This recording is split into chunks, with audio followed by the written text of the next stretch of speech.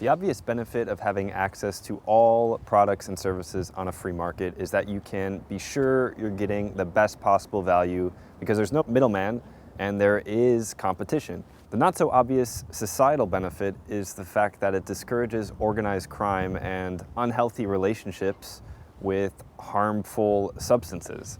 It's always when countries outlaw certain goods and services that organized crime proliferates. Advocates of prohibition thought that banning the sale of alcohol would reduce criminal activity, but it directly contributed to the rise of organized crime. It didn't really exist beforehand. With legitimate bars and breweries out of business, it was ignorant to think that no one was going to step in to supply the huge demand for alcohol.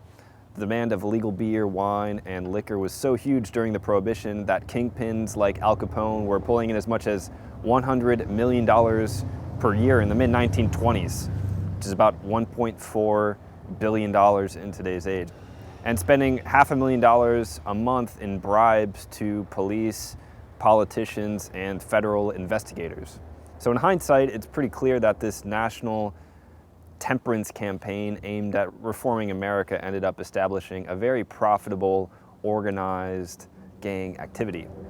Reagan's war on drugs has ultimately led to America's current drug and prison problem.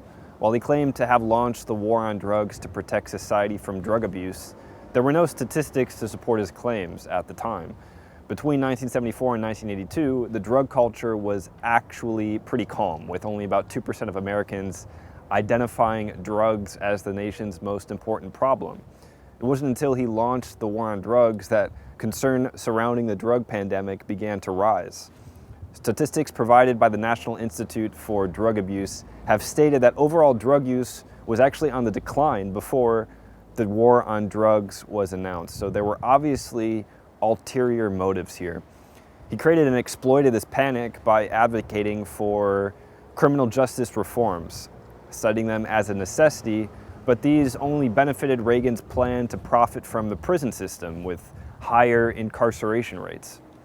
We can still see the effects of this war on drugs right now with the opioid epidemics in America and the enormous wealth of Mexican drug cartels.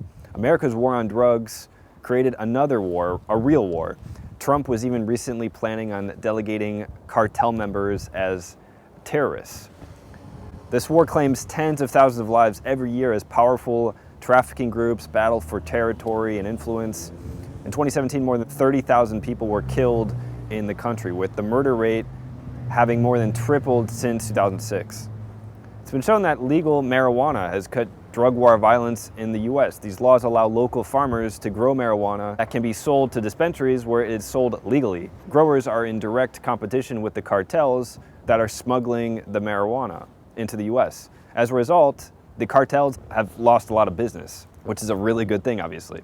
Since Portugal decriminalized all drugs in 2001, it has seen dramatic drops in overdoses, HIV infection, and drug-related crime. Instead of seeing the use of drugs as a crime issue, it was perceived as a health issue, which it is.